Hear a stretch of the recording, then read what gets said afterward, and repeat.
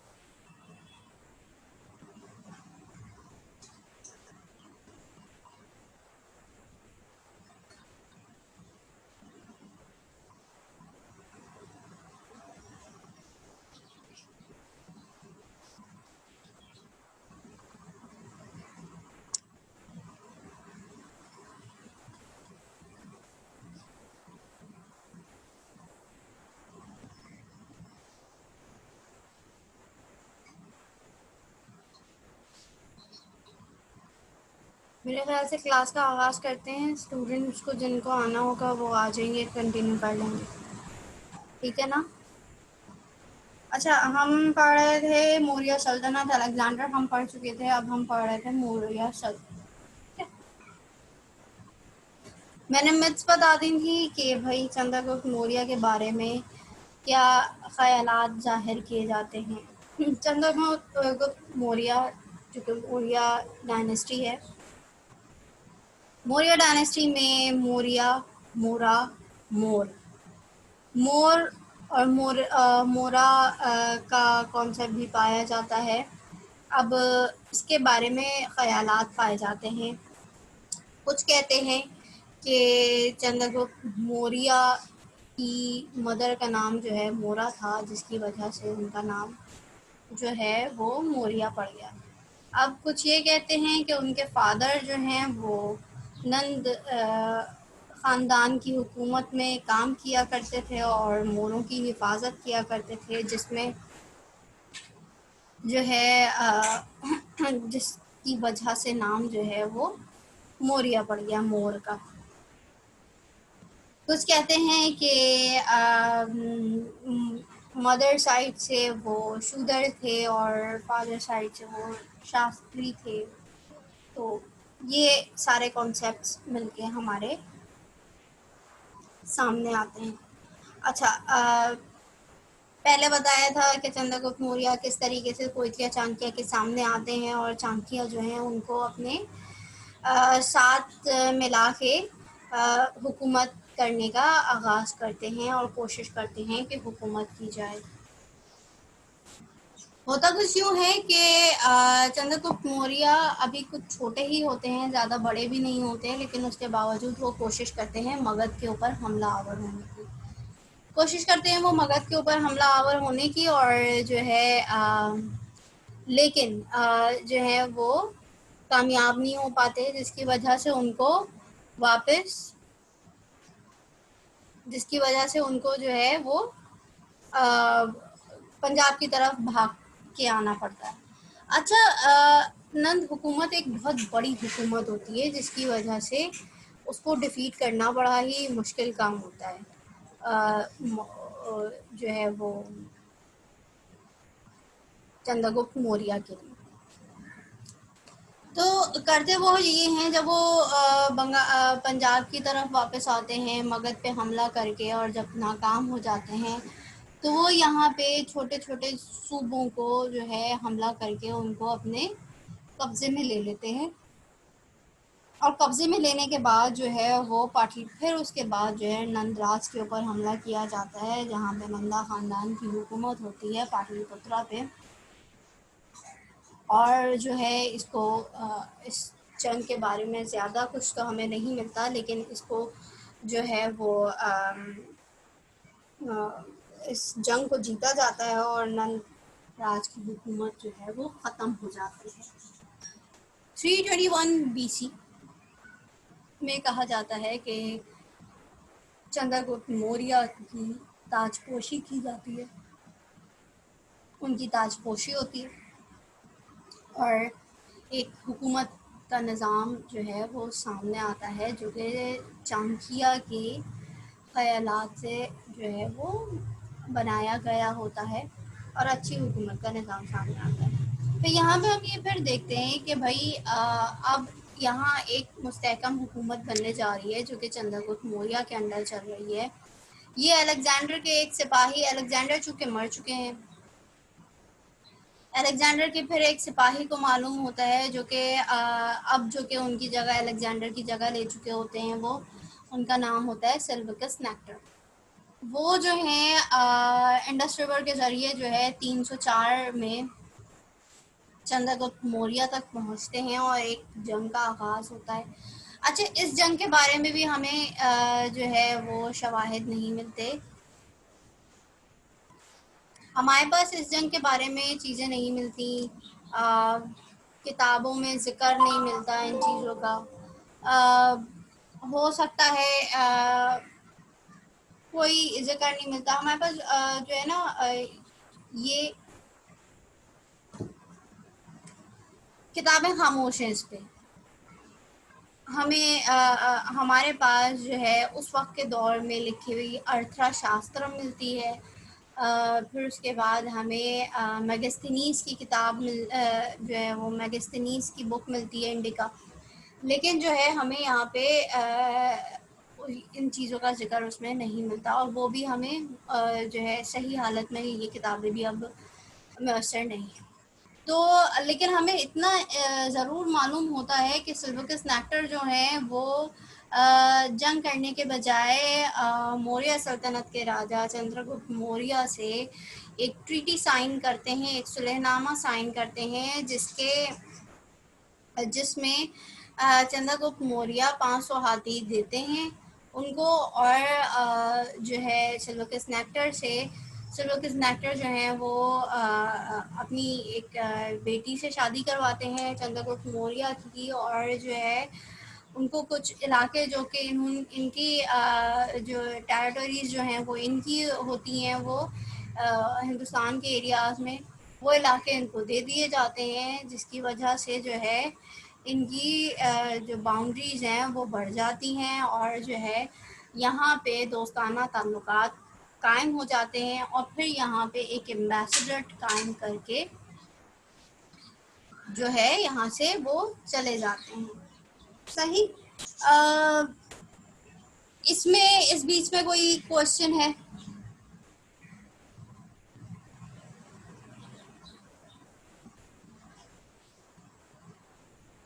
Screen सामने आ रही है, इस बीच में कोई क्वेश्चन है?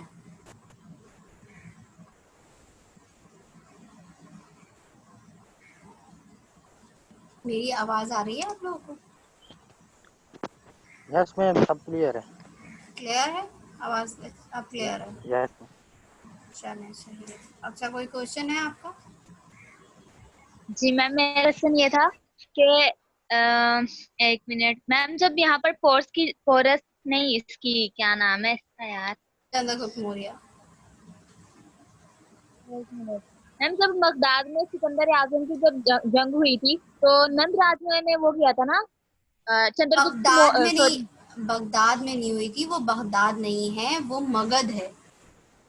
मगध है मैम। मगध में छोड़ के कौन गया था उसके जंग के दौरान सिकंदर आजम को, सॉरी से चंद्रगुप्त मौर्य को?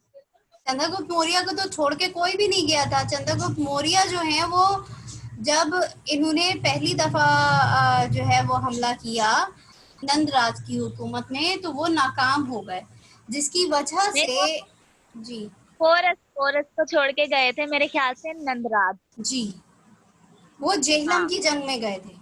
जब मैंने बताया जी था कि जेहलम जो रिवर को क्रॉस करके अलेक्जेंडर आए थे, रिवर के ऊपर पुल बना के अलेक्जेंडर जो है वो उनकी हुकूमत में आए थे और और उनके मैम, ऊपर हमला किया था। जब जो है नंदराज की हुकूमत इतनी मजबूत थी, वो अपने इलाके में मतलब बहुत मजबूत माने जाते थे, तो उन्होंने इतनी आसानी से क्यों दे दिया था जो है चंद्रगुप्त मौर्य को, इतनी आसानी से क्यों दे दी थी अपनी सल्तनत? आसानी नहीं है, 2 दफा हमला किया है चंद्रगुप्त मौर्य ने और फिर चंद्रगुप्त मौर्य ने एक स्ट्रैटेजी अपनाई। देखो, चंद्रगुप्त मौर्य ने फर्स्ट टाइम जब हमला किया तो उनका हमला नाकाम रहा। फिर वो भाग के जो है मगध से भाग के जो है वो पंजाब की साइड पे आ गए। अब यहाँ पे ये हुआ कि एक मिसाल हमें यहाँ पे मिलती है, ठीक है, एक मिथ एक और मिलती है कि चंद्रगुप्त मौर्य के साथ एक वाकया हुआ कि चंद्रगुप्त मौर्य को जो है जब उन्होंने हमला किया था ना और यहाँ से भाग निकले थे, तो नंदराज के जो सिपाही थे वो चंद्रगुप्त मौर्य को ढूंढते हुए ढूंढ रहे थे। तो चंद्रगुप्त मौर्य ने एक जो बूढ़ी एक खातून थी उनके पास पनाह ले ली थी। तो बूढ़ी बूढ़ी खातून के यहाँ उन्होंने जो है एक ऐसा सबक सिखाया बूढ़ी खातून ने कि उनको समझाया कि भाई अगर तुम्हें एक पूरा इलाका लेना है, एक रोटी का वाकया था कि वो ना बीच से तोड़ के खा रहे थे, ठीक है, और जो है ये भी मिथ है, बीच से तोड़ के खा रहे थे तो, और वो रोटी गर्म थी तो वो रोटी उनसे खाई नहीं जा रही थी।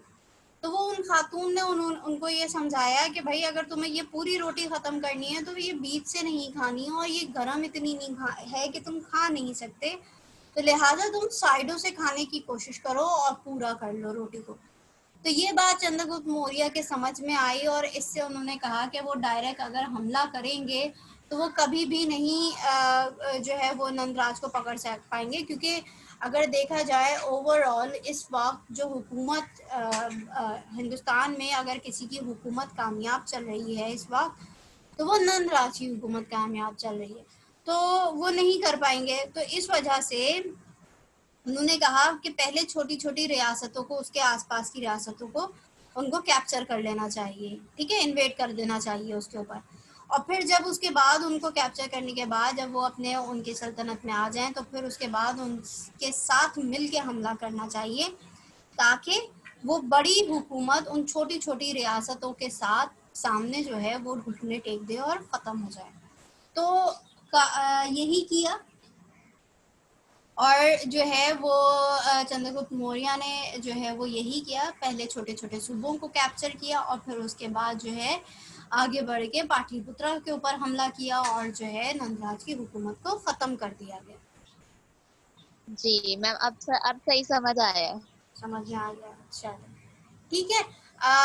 उनकी जो क्राउन सेरेमनी, अच्छा किसी भी राजा के लिए सिर्फ ये ज़रूरी नहीं होता कि उसने वो इलाका कैप्चर कर लिया या फिर जो है वो उस इलाके का हुक्मरान बन गया।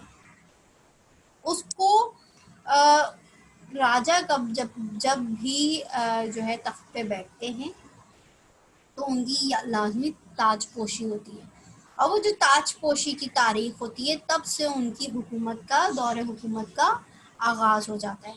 इसी तरीके से हम देखते हैं कि चंद्रगुप्त मौर्य की सल्तनत का जो आगाज़ हुआ है पाटलिपुत्रा में वो 321 BC में हुआ है, सही। अब 321 BC के बाद हम ये देखते हैं कि सिल्वकस नेक्टर फिर दोबारा से हमला करते हैं और सिल्वकस नेक्टर अब की दफ़ा चाहते हैं कि चंद्रगुप्त मौर्य की हुकूमत को ख़त्म कर दिया जाए, लेकिन हमें इसके शवाहिद नहीं मिलते कि सिल्वकस नेक्टर जो हैं वो यहाँ पे हमलावर होते हैं, लेकिन हमें ये ज़रूर इसके शवाहिद मिलते हैं कि यहाँ पे सिल्वकस नेक्टर और चंद्रगुप्त मौर्य के दरमियान एक ट्रीटी हुई है। उस ट्रीटी के तहत चंद्रगुप्त मौर्य ने अपने इलाके जो सिल्वकस नेक्टर अलेक्जेंडर ने जो इलाके कैप्चर किए थे, अपने जो बसा के गए थे अपने गवर्नर, वो इलाके मौर्य सल्तनत में को ज़म करवा दिए हैं और मौर्य सल्तनत ने उनको 500 हाथी दिए हैं, और फिर सिल्वकस नेक्टर ने अपनी बेटी की शादी जो है वो मौर्य सल्तनत मौर्य से चंद्र से करवाई है, ठीक है। अब उसके बाद हमें ये भी पता चलता है कि सिल्वकस नेक्टर अपने पीछे एम्बेसडर छोड़ के जाते हैं, सफ़ीर छोड़ के जाते हैं अपना, जो कि चंद्रगुप्त मौर्य के कोर्ट में हमेशा से काम करेगा, हमेशा के लिए, ठीक है। उसका नाम होता है, उसका नाम क्या होता है, मेगास्थनीज, मैंने बताया था। मैगिस्थनीज उनका नाम होता है और वो मौर्य एम्पायर में होते हैं। ठीक है,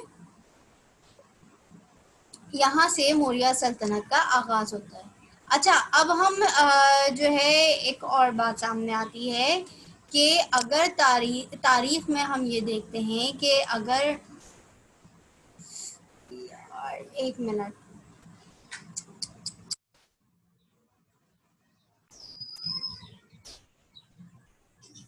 अब होना शुरू हो गया यार, इतनी क्लास में कर गई उसके बाद। मैंने रिकॉर्डिंग पहले भी हो रही थी, जी, पहले भी हो रही थी रिकॉर्डिंग तो। आपकी हो रही थी? नहीं, आपकी तरफ से ही हुआ हुआ था रिकॉर्डिंग का ऑप्शन ऑन। मेरा रिकॉर्डिंग का ऑप्शन ऑफ हुआ हुआ था, अब मुझे बिल्कुल नजर नहीं पड़ी, दोबारा निकल गया।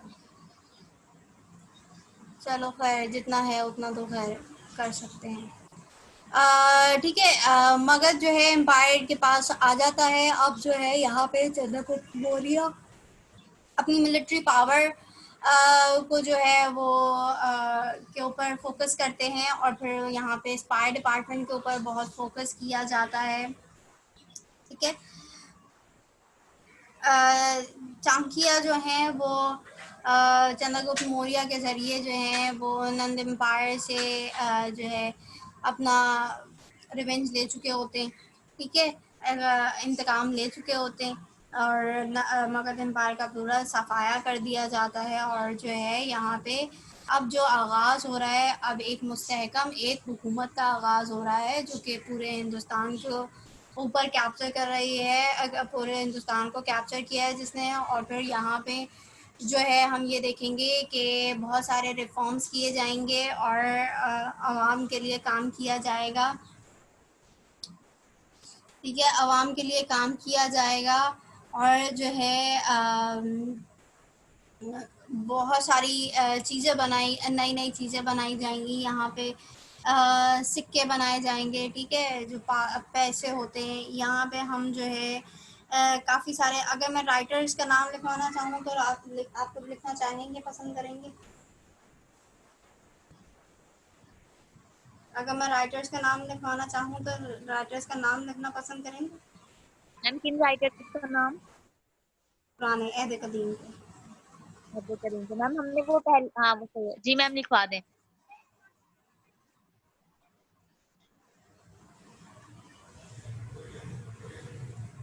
ठीक है, जो ग्रीक हिस्टोरियंस हमें यहाँ पे मिलते हैं ना, तो वो तो मैगस्थनीज मिलते हैं, जस्टिन मिलते हैं।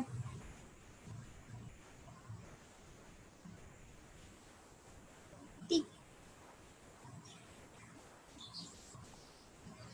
विशाखा दत्ता की हमें मुद्रा राक्षस मिलती है यहाँ पे।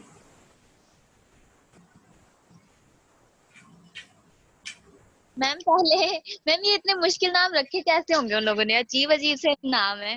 भाई हमारे लिए मुश्किल है क्यों? क्योंकि हम जो है आसान लैंग्वेज बोल रहे हैं। उस वक्त के दौर में मुश्किल ही लैंग्वेज बोली जाती थी, इस वजह से हम हमारे लिए ये मुश्किल है। जैसे संस्कृत में हमने देखा, पुराने ज़माने में संस्कृत में हड़प्पा को हरिपोपियो कहा जाता था। तो ये चीज़ जो है हमारे लिए हरिपोपियो थोड़ा मुश्किल है, लेकिन हड़प्पा न्यू वर्जन है, तो ये हड़प्पा हमारे लिए इजी है। इस तरह उनके जी लिए मैम, उस वक्त इजी होता था। इसके अलावा मैम हमने वो पढ़े थे, इसके अंदर जो है गैर मुल्की सयाहों के नाम, मैम उनके नाम भी इतने अजीब थे।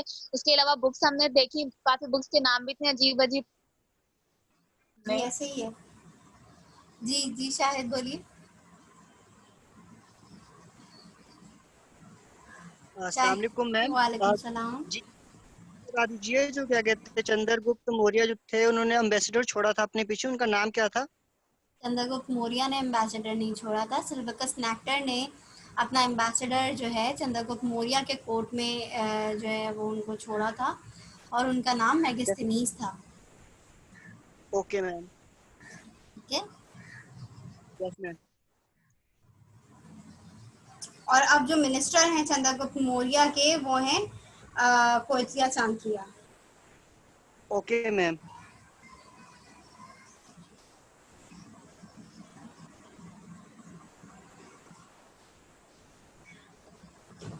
सही। अब जो हम ये देखते हैं, इनकी जो बाउंड्रीज हम देखते हैं कि इनकी बाउंड्रीज जो हैं वो बढ़ चुकी हैं। यहाँ पे हम देखते हैं मौर्य सल्तनत की बाउंड्रीज। अच्छा, हमें कैसे पता चलता है कि मौर्य सल्तनत की बाउंड्रीज? अच्छा, ये पहली हुकूमत थी, पहली एक वास्ट हुकूमत थी, ठीक है, हिंदुस्तान की एक मुस्तहकम हुकूमत थी हिंदुस्तान की, जहाँ पे एक राजा था और एक ही ऑर्डर निकलता था और सब मानते थे उसको। तो होता ये है कि इस हुकूमत को ईरान बॉर्डर्स तक फैलाया जाता है, ठीक है, कोहे हिंदू कश को लेके ईरान बॉर्डर्स तक फैलाया जाता है। गुजरात, मैसूर, बंगाल से लेके हीरत तक जो है वो एरियाज इनके ही कैप्चर हुए हुए होते हैं। अच्छा, हमें पता कैसे चलता है? हमें पता ऐसे चलता है कि पहले के ज़माने में जब कोई ऑर्डर पास किया जाता था या फिर कोई बादशाह बना जाता था, नया बादशाह बनता था या राजा बनता था, तो वो लेटर थोड़ी जारी करवाता था, वो लेटर थोड़ी जारी करवाता था। कागज तो उस वक्त इस तरीके से होते नहीं थे, तो वो क्या किस तरीके से मालूम होता था? मालूम ये होता था कि जो राजा हुआ करते थे वो अपनी बाउंड्रीज पे जो है कुतबे लगवाते थे, इंस्क्रिप्शंस लगवाया करते थे, जिनको कुतबों को उर्दू में इंग्लिश में इंस्क्रिप्शंस कहा जाता है। जैसे मीनार टाइप होते हैं या फिर पहाड़ पे लिख दिया जाता है, तो वो इस तरीके से पिलर टाइप पे लिख दिया जाता है। तो वो जो अपने अहकामात जारी करवाए जाते थे ना, तो वो इस तरीके से अपने अहकामात जारी करवाते थे।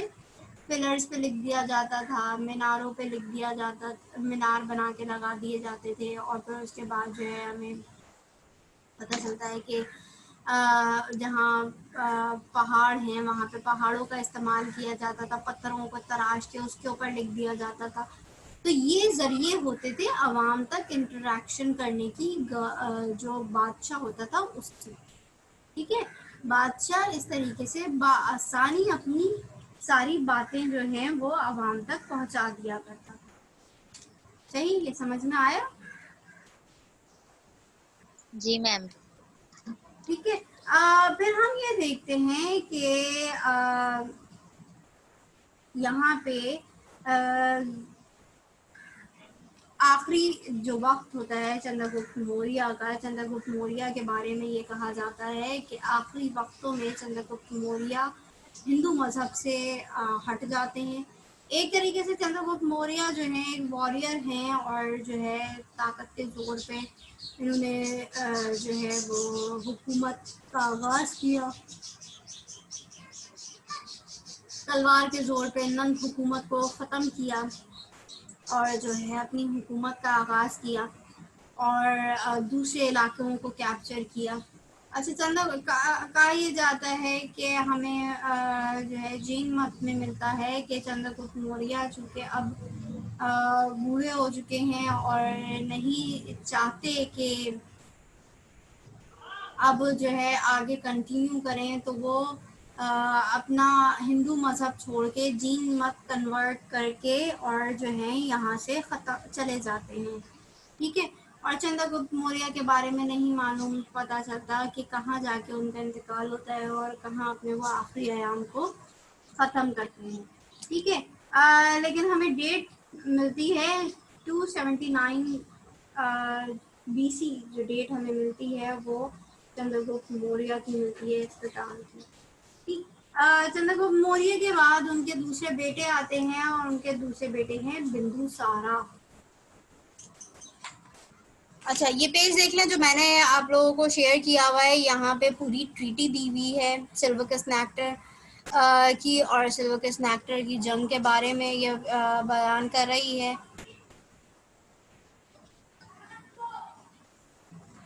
5 टेरिटोरीज होती हैं उनके पास हिंदू सल्तनत में, हिंदुस्तान की सल्तनत में, हिंदुस्तान के बॉर्डर्स में, जो कि वो वापस कर देते हैं सिल्वकस नेक्टर जो हैं चंद्रगुप्त मौर्य को, और चंद्रगुप्त मौर्य जो है उनको गिफ्ट करते हैं। और फिर जो है अच्छा, हमेशा से ये हम देखते आए हैं, अहद कदीम से ये बात नज़र आती है हमें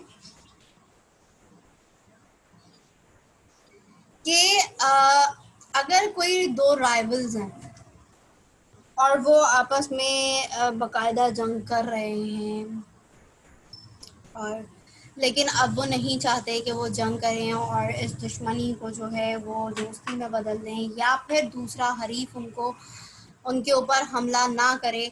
तो वो ये करते हैं कि अब जो है वो एक दोस्ताना ताल्लुकात कायम करने के लिए या फिर जंग को ख़त्म करने के लिए वो शादी कर लेते हैं आपस में ना, शादी करवा दी जाती है, जो कि एक अच्छी चीज़ होती है। दोनों सल्तनत की तरफ से अच्छे इकदामात किए जाते हैं हुकूमत की तरफ से, ठीक है। तो इसी तरीके से चंद्रगुप्त मौर्य और सिल्वकस नेक्टर ने भी किया।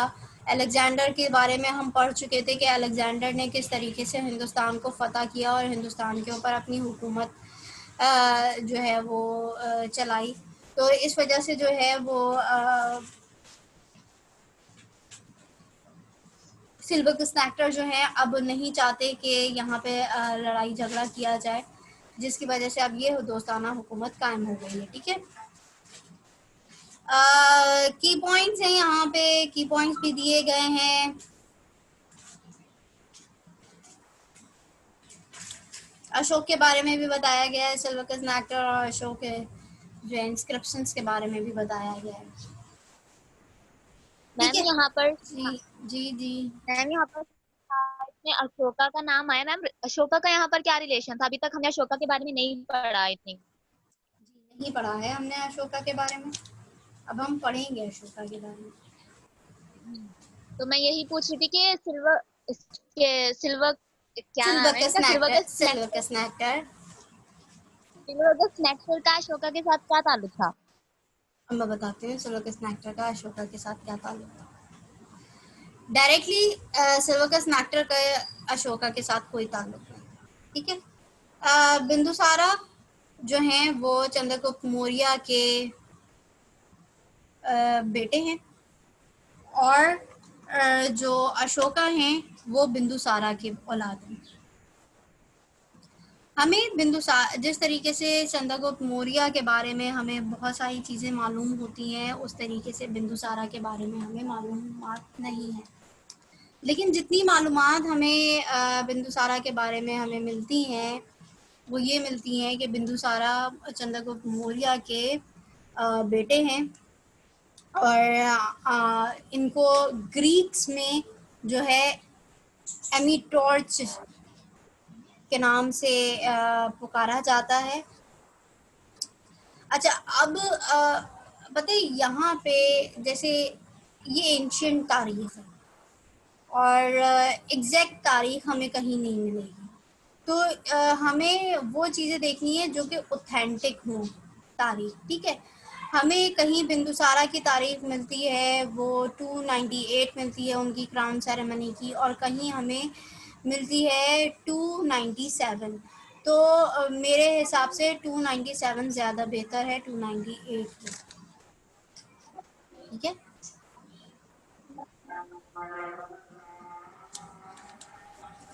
सही है,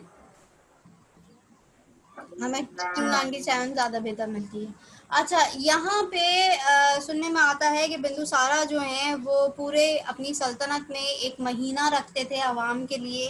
क्यों? क्योंकि उनकी आवाम जो है वो सारा साल काम करती थी, और जो है वो इनकी जो फ़ौज है और स्पाई डिपार्टमेंट्स वगैरह हैं सारे, उनको फुर्सत नहीं मिलती थी।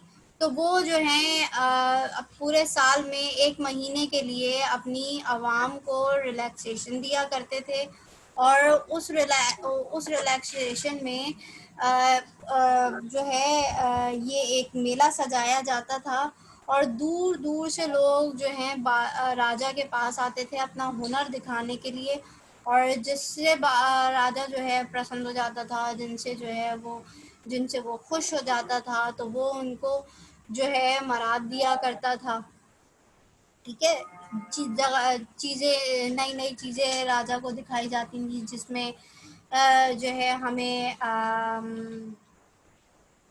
काफ़ी सारी चीज़ें मिलती हैं। यहाँ पे म्यूज़िक मिल जाता है हमें, फिर यहाँ पे गेम्स मिल जाते हैं हमें, यहाँ पे ठीक है, वो पूरा एक महीना चलता था। फिर यहाँ पे हमें पुतली के जो है वो शो नज़र आते हैं। पहले कहानियाँ जो पिक्चराइज हुआ करती थी तो वो उस तरीके से उनके ऊपर किया करते थे, तो ये सारी चीज़ें हमें मिल जाती हैं। सही। ये बिंदुसारा का दौर था। ठीक है, बिंदुसारा के दौर में एक मालूम होता है कि बिंदुसारा के दौर में, अच्छा इसमें कोई क्वेश्चन है आप लोगों को, क्योंकि टाइम खत्म होने वाला है, 10 मिनट ही हैं। जी मैम। मैम, यूनान में बिंदुसारा को किस नाम से पुकारा जाता था? अमी torch. M A AMI G TRO PRO CHA G TES। PES। हद है, इतना लंबा नाम। अभी तो आपने और भी नाम नहीं सुने, और नाम सुनेंगे तो पता चलेगा। ठीक है, ये थोड़े मुश्किल नाम है लेकिन। सही है, एमिट्रोचेट्स ना। जी। जी। ठीक, और कोई क्वेश्चन है किसी और का?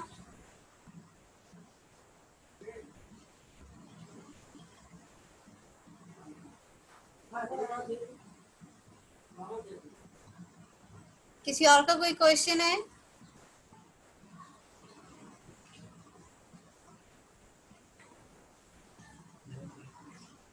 जी, किसी और का कोई क्वेश्चन है?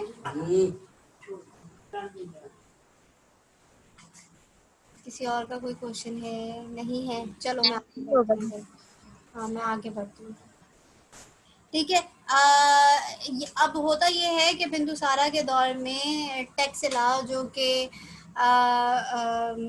एक अमाजगाह होती है लोगों की, बाहर से यहाँ पे लोग आते हैं और यहाँ पे आके जो है वो अपनी तालीम हासिल करते हैं। क्योंकि कोयतिया चाणक्य के बारे में मैंने बताया था कि वो पहले जो है चंद्रगुप्त मौर्य से पहले वो जो है पोरस के पास थे, और पोरस के बाद जो है वो चंद्रगुप्त मौर्य के पास आए हैं, और चंद्रगुप्त मौर्य के साथ साथ में उन्होंने सल्तनत में भी अपना काम किया है। ठीक है।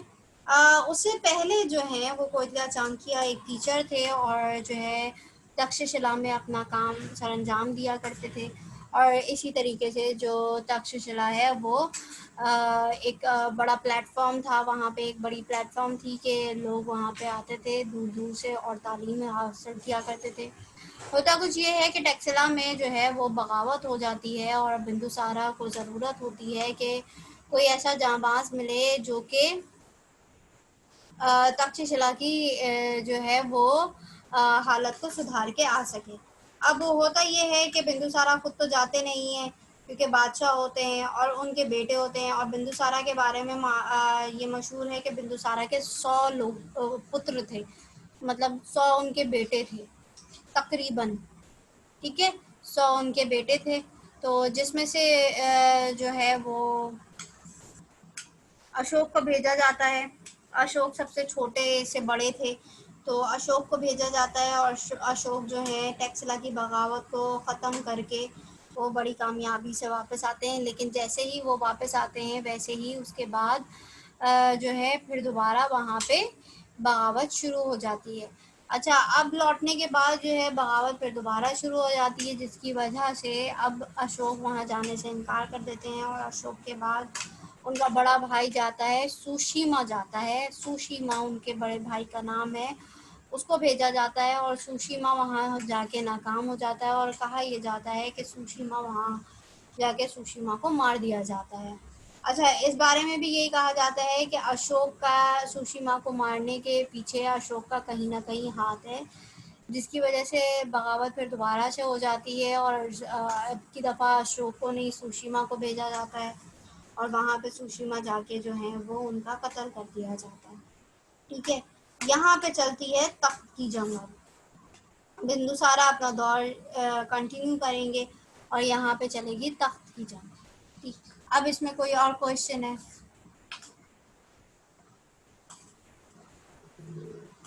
नहीं है।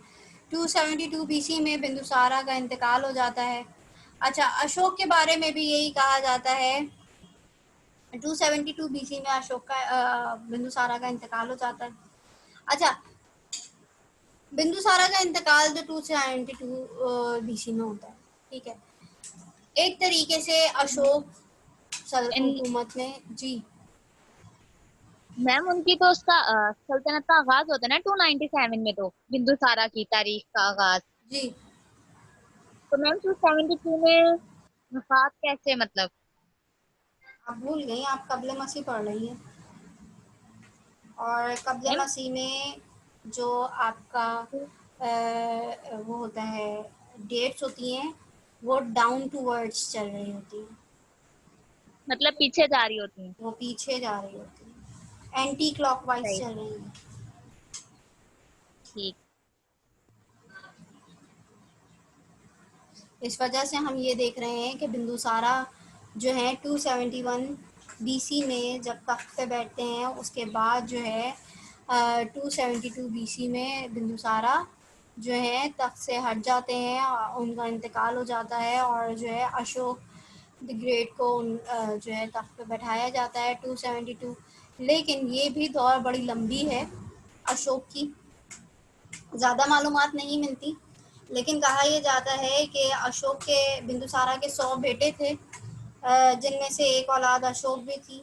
तो अशोक अपने बाकी बचे 99 भाइयों का कत्ल कर देते हैं तख्त के लिए।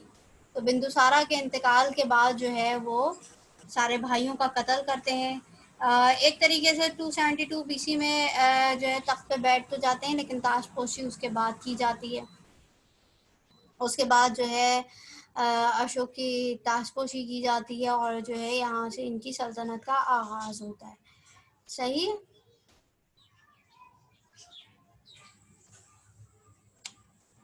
और कोई क्वेश्चन है इसमें?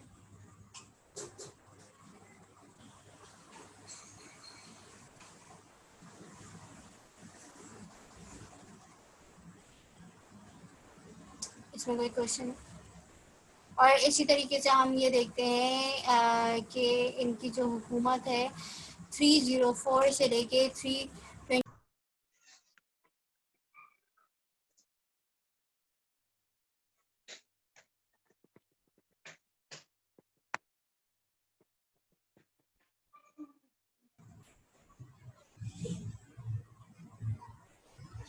मेरा नेट डिस्कनेक्ट हो गया था।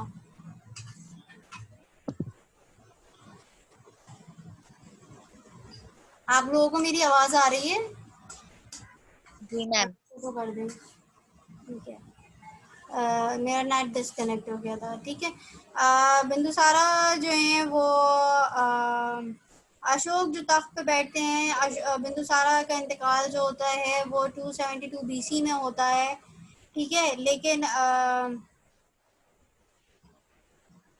ठीक है, लेकिन जो है अशोक जो है, उनकी जो क्राउन सेरेमनी होती है ना, जो इनको तख्त पे बैठाया जाता है, जो कि राजा का एक टाइम पीरियड जहाँ से काउंट किया जाता है, वहाँ से देखा जाता है कि 279 बीसी में अशोक की ताजपोशी की जाती है, जहाँ से ये कंसीडर किया जाता है कि इनका टाइम पीरियड शुरू हुआ है। लेकिन इनका टाइम पीरियड जो शुरू हो चुका है वो बाप के मरने के फ़ौरन बाद शुरू हो चुका है। सही? इसमें कोई कंफ्यूजन तो नहीं है इस बात में? No ma'am.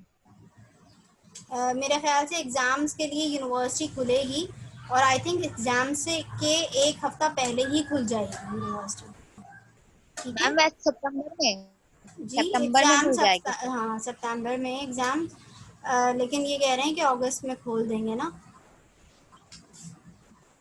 मैम खुल जाए जल्दी। खुल हमें जाए, बुक्स भी लेकिन नहीं मिलेंगी, लाइब्रेरी से लेनी पड़ेगी। लेकिन पेंडेमिक भी तो ख़त्म हो जाए ना, अल्लाह करे। मैम अभी तो खत्म हो चुका है, इतने ज्यादा केसेस भी नहीं आ। केसेस को सोच